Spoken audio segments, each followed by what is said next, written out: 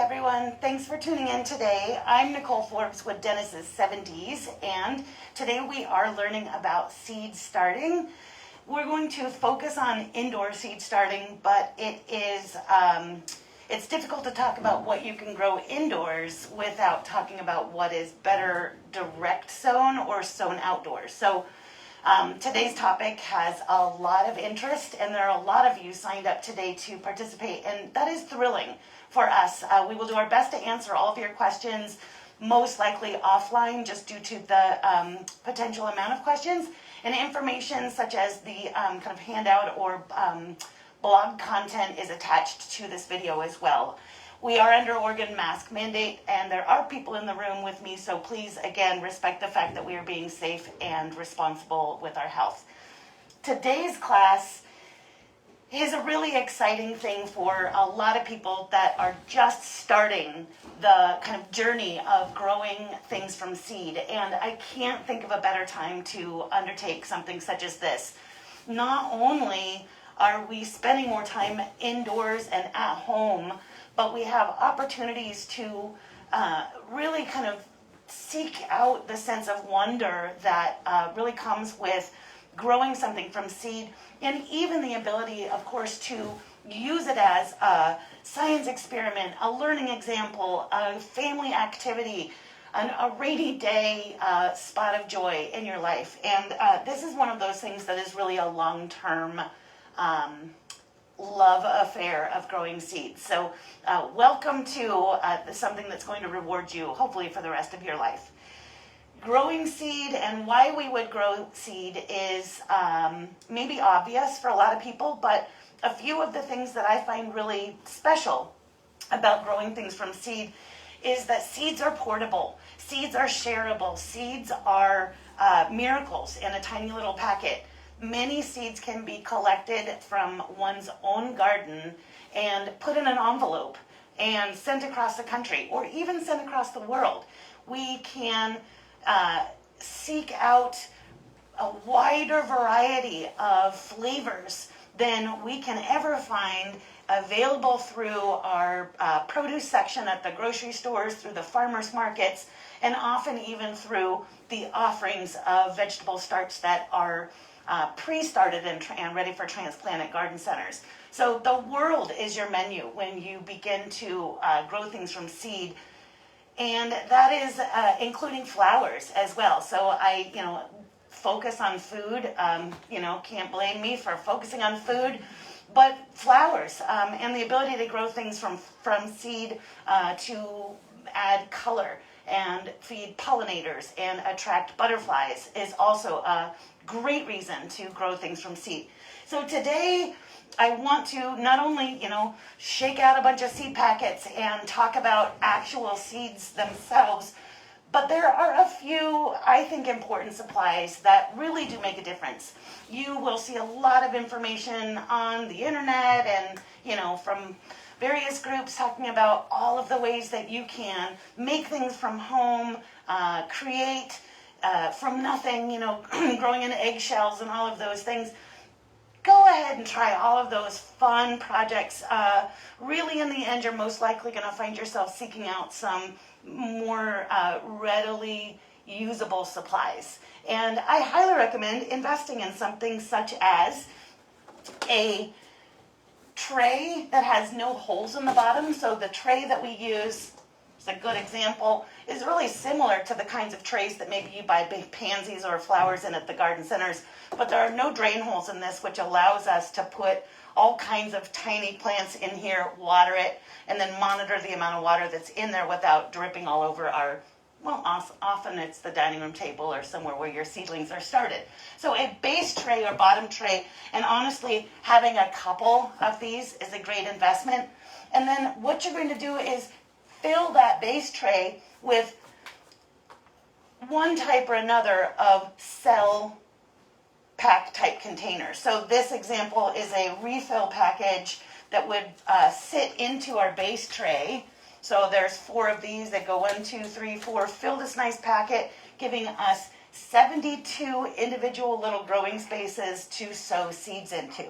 Now that is, of course, a lot of seed, but go ahead and, experiment with filling the whole tray, because as a lot of us know, in nature, not every little creature is going to make it in the end. And so by doubling the amount of seed that you sow, you're going to also help to double your success, or guarantee that you have a better chance of success when things either do or don't sprout or don't come up. Worst thing that could happen is you have extra seedlings. What would you do with that, I could imagine friends, family, neighbors, gosh, put them out on the doorstep and, shout out to your Craigslist or neighborhood group. They'd be snatched up in a second. So go ahead and fill the tray. That's a wonderful thing to do. And you can use this type of plastic insert tray, but we also find that the replantable, so this is kind of a molded paper type product. It's actually made from peat or coir now, but this little molded tray is really firmly stuck together, but there's a group of these that would do the exact same thing. So fit right into that handy base tray. And the nice thing about these is that after being watered for a while, these would easily tear apart and be separatable. And then each of these paper type containers end up being planted in the soil. So rather than having to delicately transplant or remove the little seedling from these plastic containers, many of us find it an easier process to go ahead and plant into a biodegradable container that then can be planted directly into the soil. Now, these of course come in sizes that allow you to size up into larger containers, which we'll talk about in a few minutes. But the bigger the container, again, the larger your root system is, and it would be nice to have the ability to plant the whole pot and not have to take it out in the end. So these plantable containers are very convenient for that as well. Now, seed starting soil is also one of the reasons why we use seed starting soil when we're growing indoors, is that the seed starting soil not only is light and airy and fine, which is a really gentle material for tiny baby roots to work their way into, but seed starting soil is in general a sterile soil blend, which means that it has been sterilized and rid of fungal spores, bacteria, and other pathogens that in a warm, humid environment, such as you're going to create for them in your home, fungus and bacteria could breed in soil that's unsterile. So one of the things that would not be a successful outcome for you would be to try to bring garden soil from outside. If you think, well, I got some dirt out there, let's just bring it in and sow some seed. That's not going to be the greatest media to plant your seeds into. So seed starting soil for indoor gardening, or even, as you may read, soil-less media is often recommended. And a soil-less media is something that's just not dirt. And that's not potting soil or anything like that. So soil-less is, again, cocoa fiber or coir, or peat moss as another option. You can also grow seeds directly into vermiculite, but all of those things are a little bit harder to keep adequate moisture content. So honestly, seed starting soil is quite easy to come by, although ironically it's not in today, but it should be delivered this afternoon on our soil truck. So I don't have a bag to show you, but imagine that I'm holding one now, seed starting soil, ta-da, find it soon, here. And beyond seed starting soil and your kind of setup, as I showed,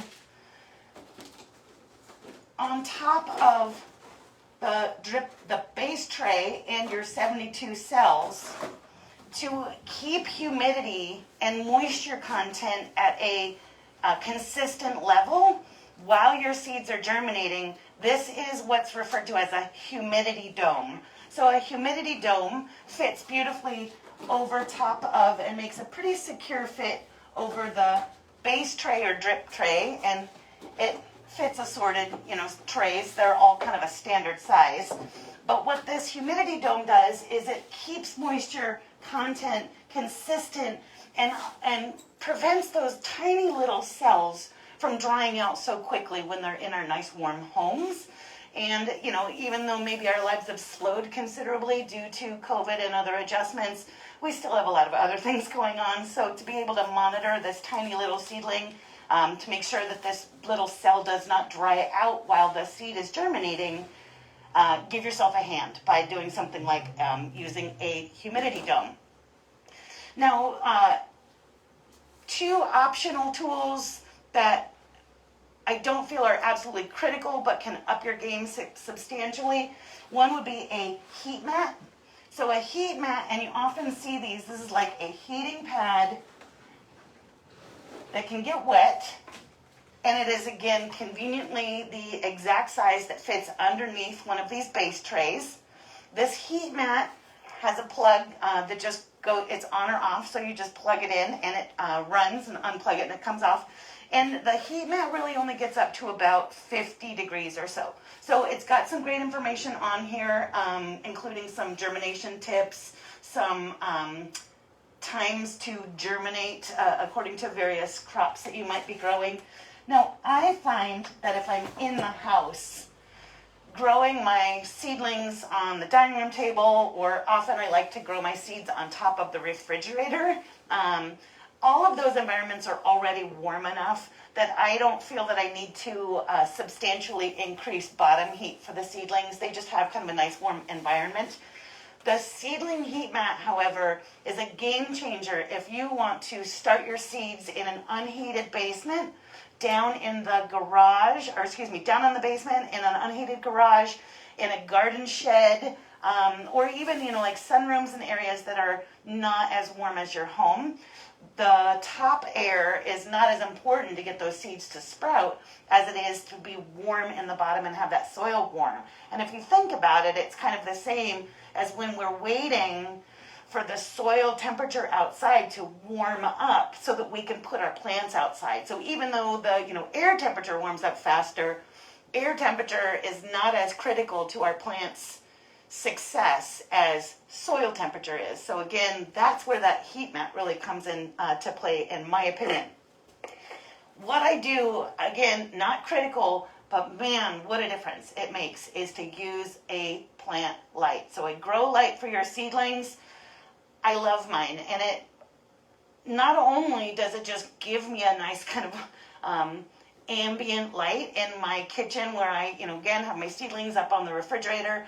It's dark in the wintertime, so my plant light gives me that full spectrum sunlight that even I seem to crave, but the seedlings love it.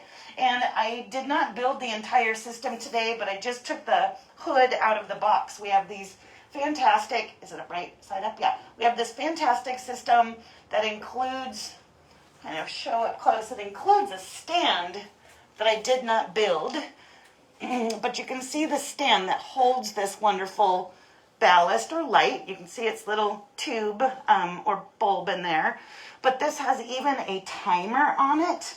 So let me show you where the wonderful little timer is here, which allows you to choose how many hours you want this light to run. This, again, for average seeds and seed starting, we're going to run our plant lights or grow lights for about 13 hours, 12 to 13 hours a day. So really handy to have that on a timer that just comes on and goes off.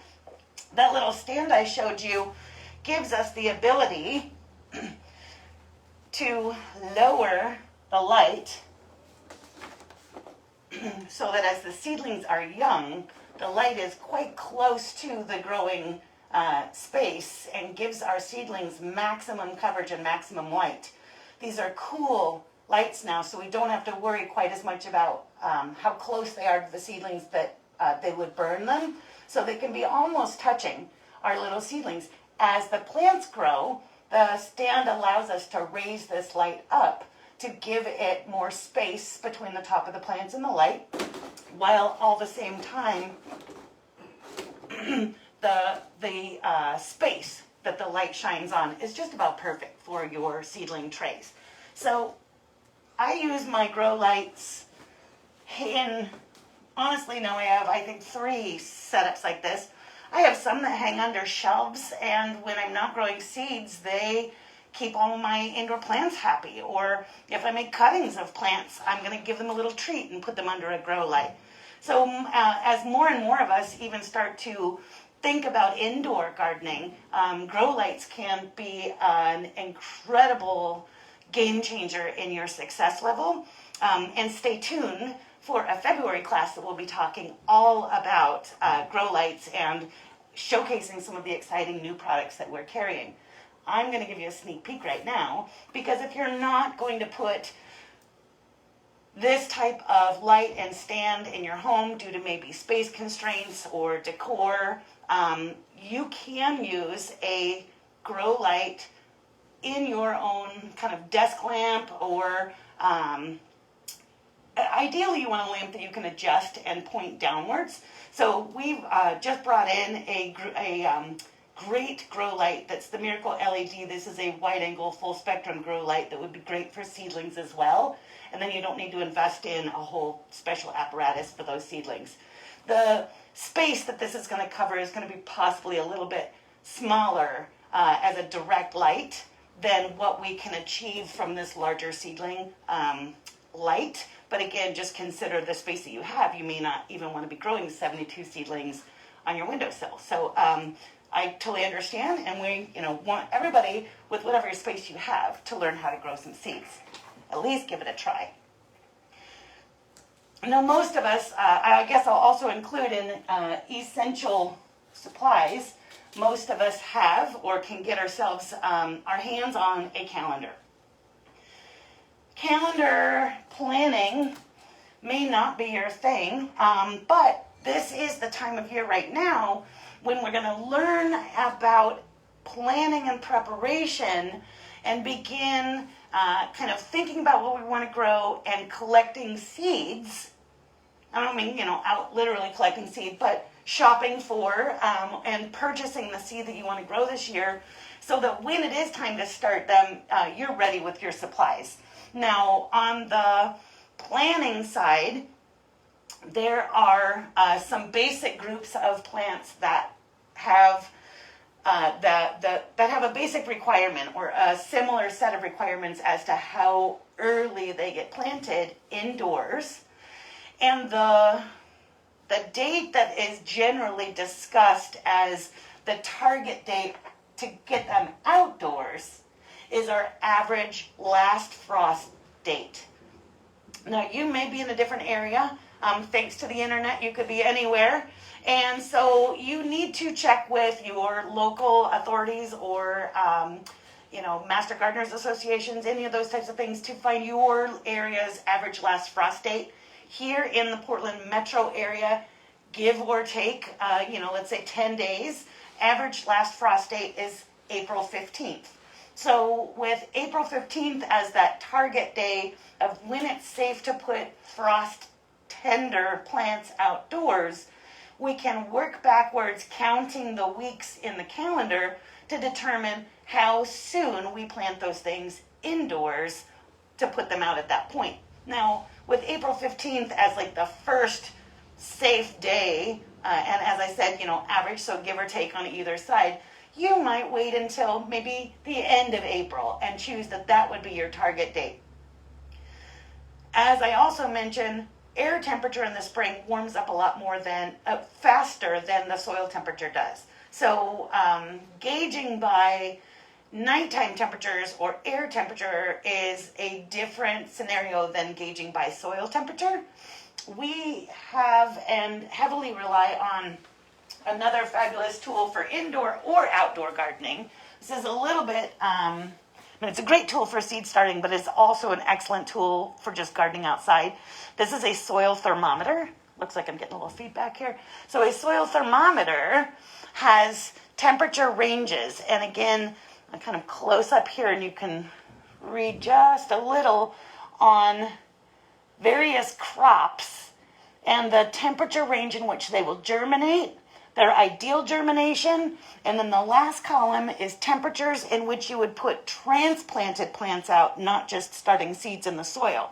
So there's a wide range. Our temperature in the soil has quite a wide range, and it's closely correlated to air temperature, but not directly related. So this morning when I went out to take my soil's temperature, and yes, I do take my soil's temperature on a daily basis, this morning when I took the soil temperature, and it was pretty early in the morning, the soil was 38 degrees, but it was about 37 outside. So it doesn't get quite as cold as the air temperature does, and that is taking the temperature of in-ground garden soil, not a raised bed, not a container, that kind of thing. So different conditions are going to give you different temperatures as well. This thermometer is heavy duty, covered in metal, and goes from 10, actually I think it goes from it goes from 20 degrees Fahrenheit to 120 degrees Fahrenheit. So this is not your like bleep person, human thermometer either. So this is going to give you a wide range of temperatures. And really, I leave one of mine out in the soil all the time. And I just go out there and pull it up and look for the, reading so that I don't have to wait and I don't have to find it. What I'm waiting for come spring is I want that temperature to be at 40 degrees or a little bit warmer for a good 5 days solid. I don't want to see it wavering, so 40 degrees and even maybe climbing. And after that 5th day of getting my temperature reading of 40 degrees, I run back inside and I grab packets of peas and lettuce. And that's the first thing that I sow directly outdoors. And that is the beginning of spring for me. It's like, okay, I've sown some peas. Now I'm going to come inside because I'm probably cold and muddy. And I'm going to work on indoor gardening and sow more seeds, but the indoor seeds at that point. So if you look at a packet of garden peas, and this is a great example of super sugar snap peas, on the packet you're going to have a lot of information that'll give you a head start in not only that calendar planning, but knowing whether or not it's a seed that would prefer to be grown indoors ahead of schedule and placed outdoors once we're past the risk of frost, or whether it's a seed that doesn't like so much to be transplanted and would prefer to be what's called direct sown. So direct sown is putting it right into the garden and skipping the whole step. So direct sown seeds, that's what I'm doing with my peas. It's not a sure thing. 40 degrees, that's a minimum temperature for these little guys. But I'm so excited to be able to do it, I might plant 6 or 8 peas that first planting, that first go around. And then in another 2 or 3 weeks, I'm going to plant more peas. If the first round comes up, I am thrilled and I will brag about it. But if they don't, well, I plant it again a few weeks later as the weather is surely getting warmer and warmer still and that soil temperature is rising. So successive sowing or sowing every couple of weeks not only will keep you from utter failure if you do decide to put something in too early or if you're right at the threshold of allowable conditions, but should all of my pea plantings be successful, I'm going to have some peas come ripe, and then 3 weeks later I'm going to have more peas come ripe because of kind of a staggered planting time. And that's fantastic for crops that mature in a short amount of time in the first place. So this sugar snap pea variety is mature in 58 days. Now the 58 days is from coming up above the ground from seed. And if we look at the back of the packet, it says days to germination. So 58 days on the front is how long until I'm eating peas? That's that question. But you have to add that to days for germination. Now, days for germination on this particular packet of peas is 8 days to 25 days. Well, that's a huge range. That's 1 to 3 times the time it takes for this pea to sprout. The difference is made by the soil temperature that it goes into. So if we go back to our fabulous tool, this is like a magic wand for gardeners, the soil thermometer. If you look at peas on the soil thermometer's reference card in the back, the range of soil temperature that a pea can sprout in is 40 degrees to 80 degrees. Now, the ideal germination temperature is 70 degrees. That means that in 40 degrees, it may take this pea the longest length of time, as stated here, 25 days, before it bursts out of its little pea pod or pea shell and becomes a plant. But if we're planting this pea in 70-degree soil, then it should and could be out and up above the soil in up to 8 days. So when you look at the range of time of germination, that's one of the critical aspects that it's going to be determined by, is the temperature of your soil. Now, when we're growing indoors, we are in almost all instances giving it the ideal conditions, so we can use the kind of lower or shorter end of the germination spectrum. That means, however, that if I'm planting peas in 40-degree soil and it takes 25 days for this pea to germinate, it's 25 days plus 58 days before I'm eating peas. So if that, again, helps you do your calendar math, it is critical that you do some of this planning to really think about the realities of when things will harvest, when they'll be harvestable versus when you put them in. Now, direct sown, excuse me, sorry.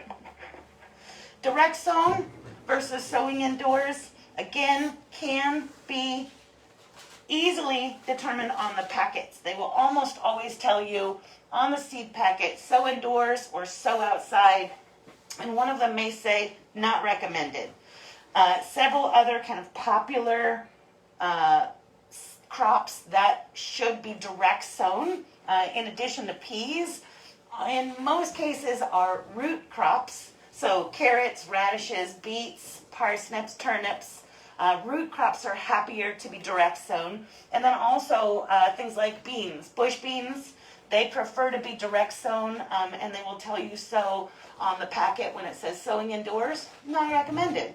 So beans can be planted outside, and it's going to tell us on the packet here, the ideal soil germination is 60 to 85 degrees for beans versus that 40 to 75 degrees for peas. So we can't just go out randomly with all of our seed packets and sow them all at once either, because the crops have different weather preferences and tolerances. Now, in seed selection in general, not only, as I mentioned, can you be going for the rare, the shared, the international, something you can't find as a plant that you can find as a seed. Those are all worthwhile things to grow. But when it comes to really filling your larder and feeding your family, the best crops to grow from seed tend to be crops that have short harvest windows, which allows you to sow multiple sowings or succession planting every 2, 3, even 4 weeks, using up most of that seed packet and turning that seed into food to feed your family. I'm not saying that you shouldn't grow a tomato from seed, but if you think about the garden, most of us will only have a few tomato plants in the garden, and that 1 or 3 plants are the tomatoes that provide us with tomatoes through the entire season. The difference being that when I harvest a carrot, there's no carrot left to grow in the garden, so I need to sow more carrot seeds versus my pumpkin, my pepper plant, my tomato that I'm harvesting from the ripening period all the way through usually until frost. So worthwhile to grow tomatoes for those hard to find varieties, but I'm more likely to grow lettuce, kale, peas, beans, salad greens in general, broccoli, cauliflower, carrots, and root crops, because I can get multiple harvests of those through one single season. So if that makes sense of kind of what to grow or what to choose, I'm always happy to help you find seeds on the rack, or make a suggestion of what to grow as a start or a transplant versus what to grow from seed. One of the most, I think, fascinating things to learn about seeds as they grow in the house, we get a real up close and personal experience with them. So not only, of course, is it so exciting when you first, I do this, I've sown seeds for a long, long time in my life, but it doesn't matter. The first germination, the first little green sprout that comes out of the soil, I'm so thrilled. It's so amazing. And so, of course, you sow seed, and then there's days that, you'll peek at it and wait for something to happen and excitedly check it, and maybe nothing. But the one day that you see a sprout is literally, you're on the road and you're hooked. So the humidity dome, once we have sprouted and green shoots coming out of the soil, the humidity dome can become a liability.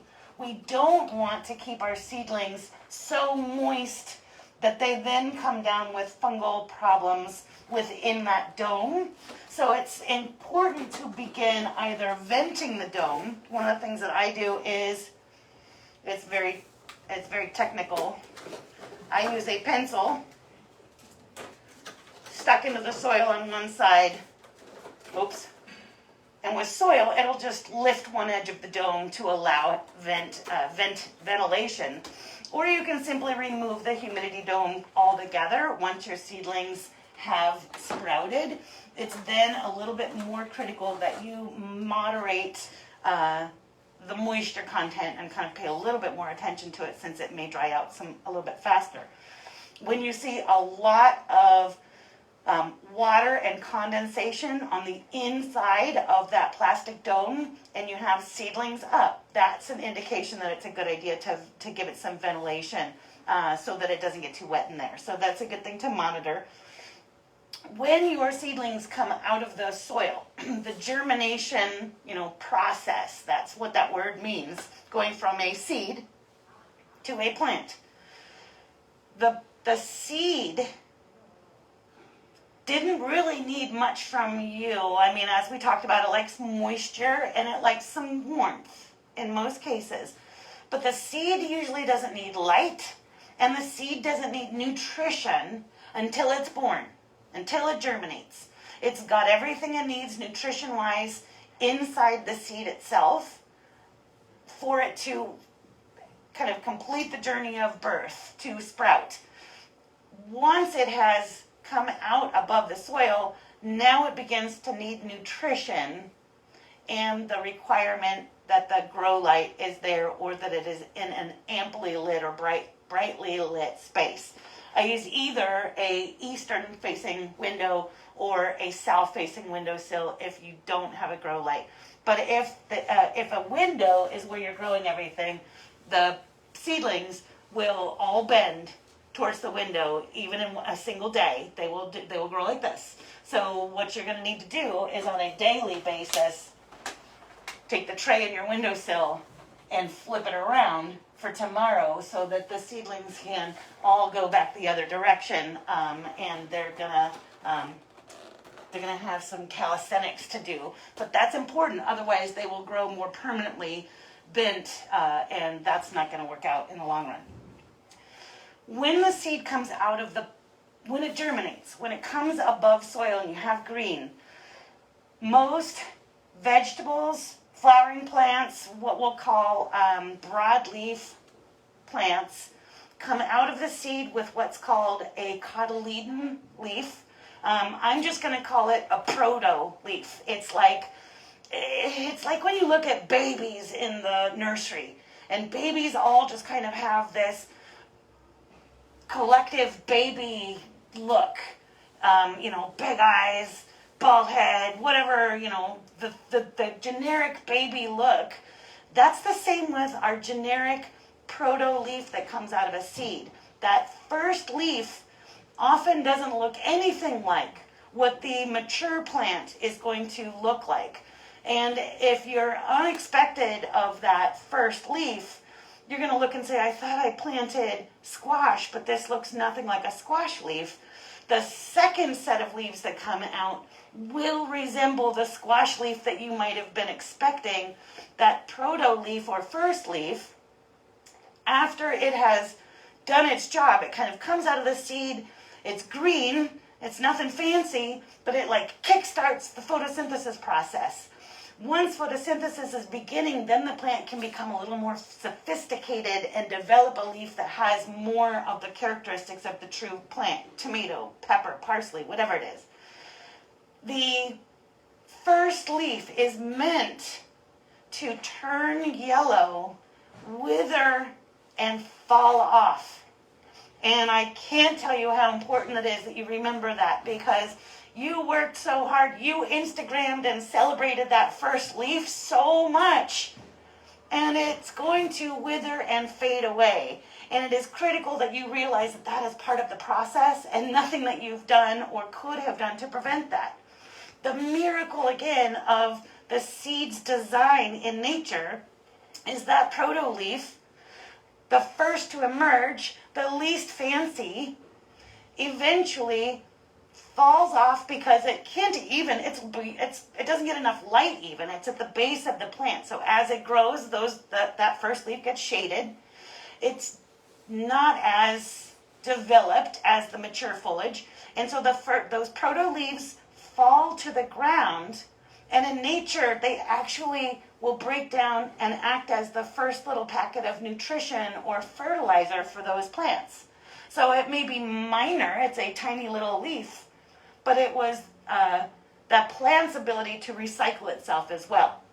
So now, the reason, again, not only do I just think that that's incredibly cool, and I think that you would too, I want to share that because it's important to understand that we recognize the true leaf as that second set of leaves that develop, and then there are some benchmarks that we can use based off of the second or third set of true leaves.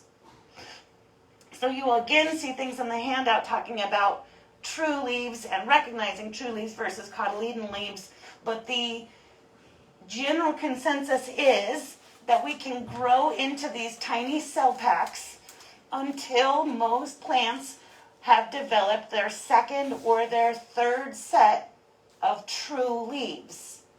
And at that point, their root system has also become extensive enough that it's time to move on. It's time to up-pot or transplant the plant at that stage. So if we still, according to our calendar planning, have a month before the frost is gone, we need to pot up into slightly larger containers, as I was talking about. Often crops that will be in the house for 8 weeks, 10 weeks, 12 weeks before going outside for transplant will need to be sized up at least once, if not multiple times, as the plant grows. And we would not expect a seedling to develop for that amount of time in a tiny cell tray or space such as this. So this is a very short-term experience for them. 4 weeks, I would say, would be max in a cell tray container. Now, getting our seedlings ready to go outside as that calendar date approaches is also something that you can get involved with and help make a difference on. Right now, because we're a few weeks before we should actually be doing a lot of serious seed starting, right now you can help your transplants go outside and be safer when they go outside by doing some slug control in your garden. So I know it's winter. I know maybe you don't even see any slugs, but I guarantee you put a tiny little delicious sprout of something that you care about out there, and you'll find that you have slugs. It has been mild in the Portland area. We have had just snow flurries the other day. Again, according to my soil thermometer, the soil has just recently dipped below 40 degrees in my garden. So slugs have been active. I have been slug baiting because they ate all my Swiss chard. So I learned my lesson right away, and slug bait and slug control is something that we often are doing almost year round.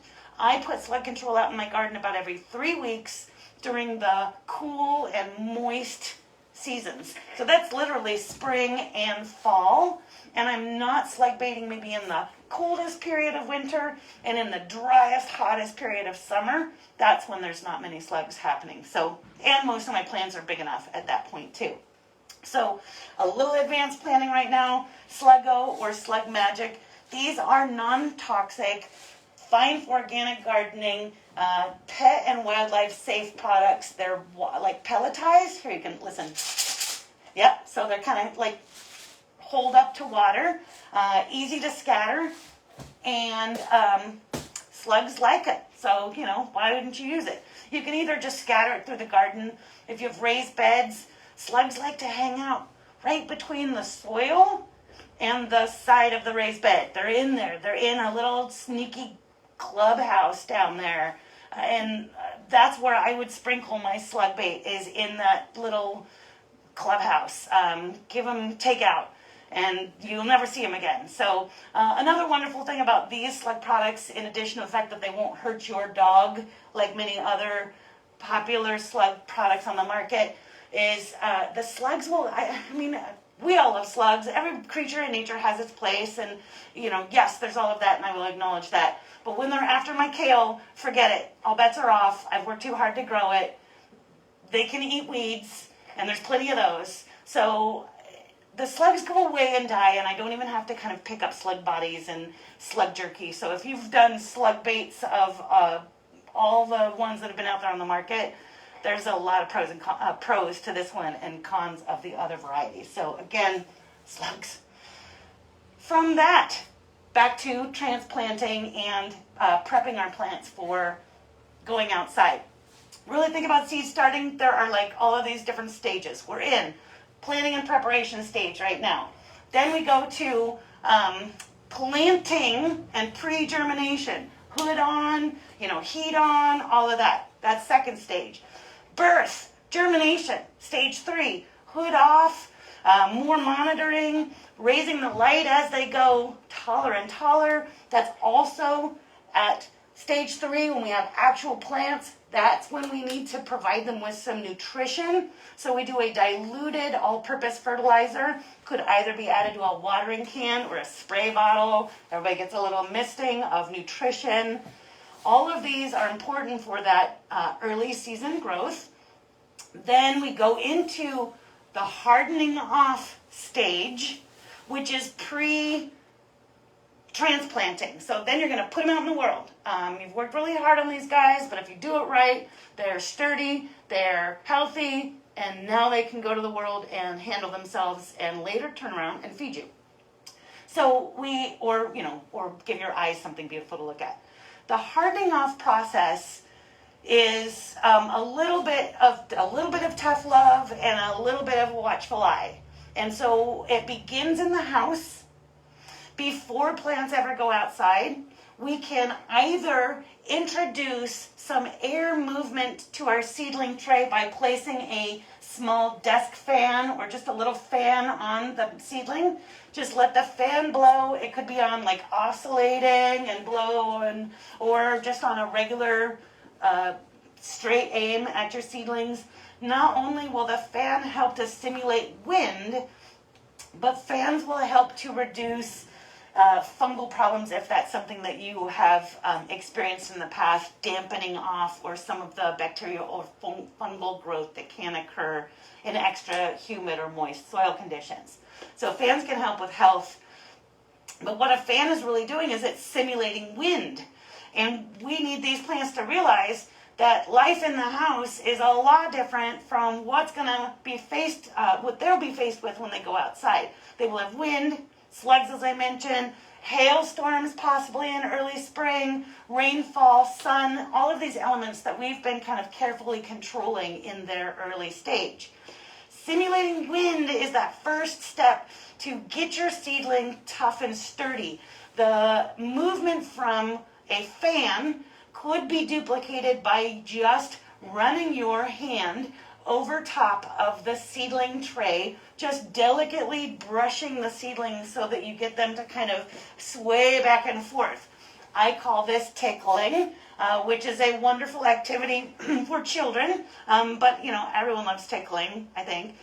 So, you could just, again, tickle your seedlings. Once they're up, they're into that second set of true leaves. A daily tickling session is good for getting them stronger and being able to have sturdier stems, thicker cell walls, and a more established root system that's getting kind of used to potentially being kind of tugged and pulled by the wind. Without those steps, often taking a sheltered seedling and putting it out on an April day outside, a windstorm comes and your seedling literally folds in half and is no more. So it is important that we get them used to those kinds of things. So wind is one thing, but the cold weather and the sun is a whole nother. So even if we've given them a full spectrum grow light or a spotlight or all of the light, in our homes, the light that we give our seedlings is not the sun. And so when we take them outside, it may be a chilly March or April day, but it's bright outside in most cases. And that bright light needs to be gradually introduced to our seedlings. The first thing they do is go out into a covered porch or patio, or under a patio table, or in the shade of a tree, so that they don't sunburn in the first day. Again, we don't put the baby out in the sun, do we? We give them all kinds of umbrellas and sun hats, and we slather the baby with sunscreen until the baby gets old like me and gets, sun weathered and worn and can handle it. So the difference is we need to think the same way. We give sterile things to babies, we protect the babies, but we also are gradually getting them used to the world so that eventually the world won't beat them down and they're going to survive like champs. And, that's what everybody wants. So hardening them off outdoors, giving them that gradual introduction to wind, to sun, and to cold temperatures. So bringing your tray of accomplishment out to a protected space. I like to harden off on a weekend where I have set, if there's weekends anymore for you, that's great. If they're not, then any day could be a weekend, I suppose.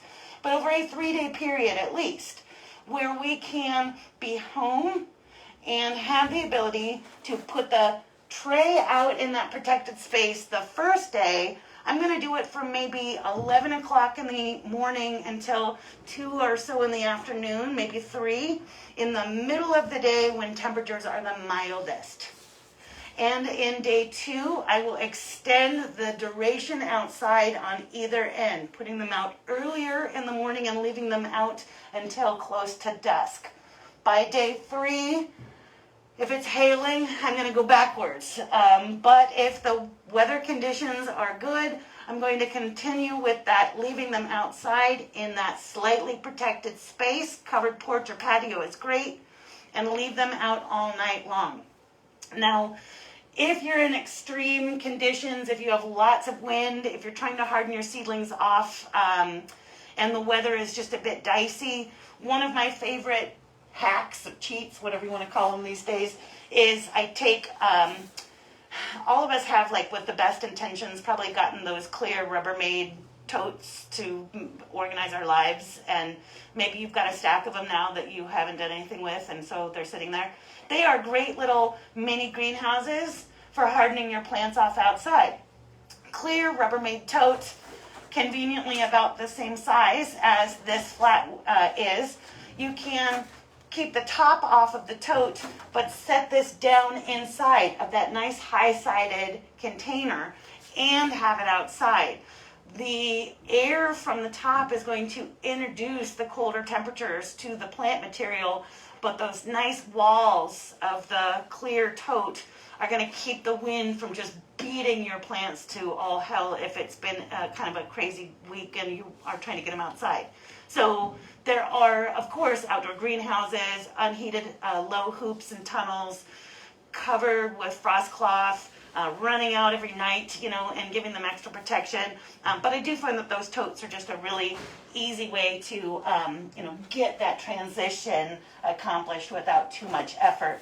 And one day I'll organize and maybe I'll use them then. But at the moment, that's a great place for them. Now, always, of course, you want to label your seeds, so that is something that's important. You can, use popsicle sticks, use old plastic utensils from all the takeout that you've had during COVID, but we've got great labels that you can purchase, either wood or plastic labels, that'll fit into each of these little cells and remind you of what you've gotten planted. It's 6-8 weeks or even longer that you've got to remember and keep all these guys straight. So it's a shame after all that work to not know which one is the cucumber and which one is the cosmos when they go into the garden. So again, a helpful tip there. It is, let's see, we carry here at Dennis 70s basically 2 seed companies. We carry Botanical Interests, a lovely seed company here that is non-GMO, open-pollinated, untreated, certified organic seed. And then we carry Territorial Seed, which is for most Oregonians, at least again, Portland metro area. Territorial Seed Company is about as local of a seed company as we know of, as we can find. They are located in Cottage Grove, Oregon, just outside of Eugene. And Territorial also has test gardens where they grow out the crops that they sell and sow the seed that they offer to trial them in various climates and zones. So in our region, these seeds represent seeds that have been trialed and selected for performance in the Pacific Northwest, which is extra beneficial to those of us that are looking for success. And Territorial, occasionally at the garden center, we carry their garden guide, which is really a catalog, but it's so much more than that. If you go online, it's territorialseed.com. You can find their growing guide, which gives you individual specific growing information on pretty much every crop that you could ever grow here in the Portland metro area in the first place. So it gives the specific information that is usually found on the back of the seed packet itself, but so much more than that. It tells you the types of conditions that a specific crop you may be interested in, what it likes, what pests or diseases are something that you should watch out for, what kind of fertilizer or tips to grow it. And if you've never grown something like okra or kohlrabi, it also helps you to know when to harvest it and often how to store it. So not only is it an exceptional resource for showing you the wide range of crops that you could grow, but it literally is like an encyclopedia of one of the best garden guides that I know of, and I believe it's available free online. So Territorial Seed Catalog is a wonderful resource, and I think that pretty much covers it. So again, I, as always, really appreciate all of you for tuning in. I hope you learned today a little bit more about growing seeds indoors and outdoors. Come and visit me or shop at dennis70s.com, and I will follow up after the video to answer as many questions as I possibly can. Happy gardening. Thanks so much.